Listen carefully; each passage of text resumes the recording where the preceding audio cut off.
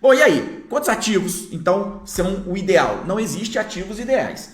O número ideal. Existem estudos. Diversos estudos mostram que 15 ativos você já está no nível... Deixa eu tirar isso daqui para colocar o que eu estou falando aqui. Ó. Então, digamos que aqui no meio do caminho... Deixa eu pôr isso para cá. Assim, pronto. Digamos que aqui, ó, nesse patamar aqui, que eu vou pôr também de vermelho,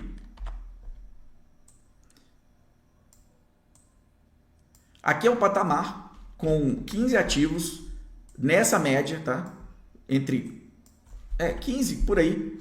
É um número aonde a sua diversificação maior já foi. A partir daqui, diversos estudos mostram isso, que a partir daqui não adianta adicionar um ativo a mais na sua carteira. Por quê? Porque você não diluirá significativamente o risco. Agora presta atenção, qual é a conclusão do estudo? 15 ativos em tamanhos iguais. Não adianta você ter um ativo com 90% da carteira e mais 14 ativos lá. Tá? Então, em linhas gerais, o que você tem para definir o teu futuro financeiro e o teu sucesso nos investimentos é algo parecido com isso. É uma curva de número de ativos, é uma curva de aumento do número de ativos frente ao retorno que você deseja e o risco que tu toma. Quando eu tenho algumas opções interessantes no mercado, você precisa automaticamente tomar uma decisão importante para o seu sucesso, que é trazer essa curva para cá, o máximo possível, sem elevar o teu risco. Ou trabalhando com um risco administrável para que a tua carteira ela tenha um retorno esperado por você e você consiga aproveitar a oportunidade. Por quê? Por mais dinheiro que você tenha, você deve pensar o seguinte: não, mas eu já tenho um capital grande, sei lá, alguns milhões. Ora, eu preciso diversificar para não ficar correndo risco de poucas empresas. Provavelmente alguém pensou isso aí. Agora imagina a pessoa com pouco capital, que é tudo que ela tem. Ela pensaria diferente? Não. Ela pensaria da mesma forma. Ora, esse dinheiro que eu estou investindo é tudo que eu tenho. Eu preciso diminuir o meu risco.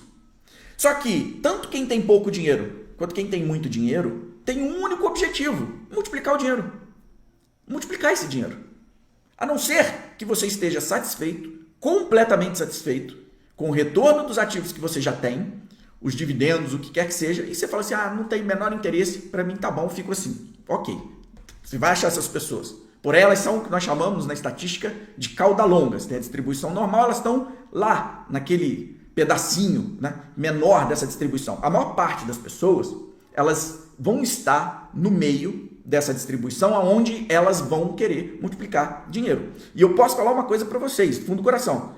Quanto mais, à medida que o patrimônio cresce, a vontade de multiplicar não diminui, tá? Ela tá lá, ela continua lá. E é normal e natural. Ela vai continuar lá. Porque multiplicar o capital é fundamental para você sobreviver ao longo dos anos. Por mais dinheiro que você tenha, é preciso multiplicar. Agora, fica bem claro que, pelo menos já estudos realizados, que quanto mais para a direita no número de ativos, você diminui o teu risco, mas a tua chance de multiplicar a capital, ela diminui. Se não, um ETF, ele teria uma performance infinitamente melhor do que uma única ação da Vulcabras nos últimos anos.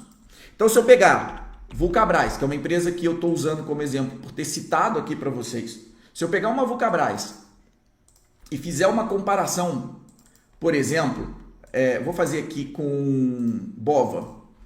Vou fazer com Bova e eu vou fazer também com o IVVB, porque é mercado americano, internacional. IVVB 11. Então, se eu fizer uma comparação entre Vulcabras, IVVB e Bova, desde 2016, que já são 8 anos, que é um tempo razoável, e eu perguntar para vocês aqui, o que vocês prefeririam ter? IVVB nos últimos 8 anos?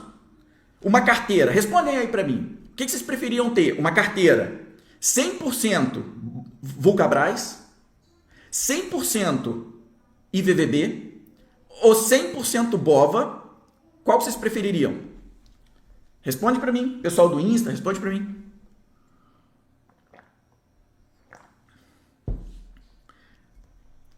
Ó, o Antônio e o Sérgio, eles sabem, né?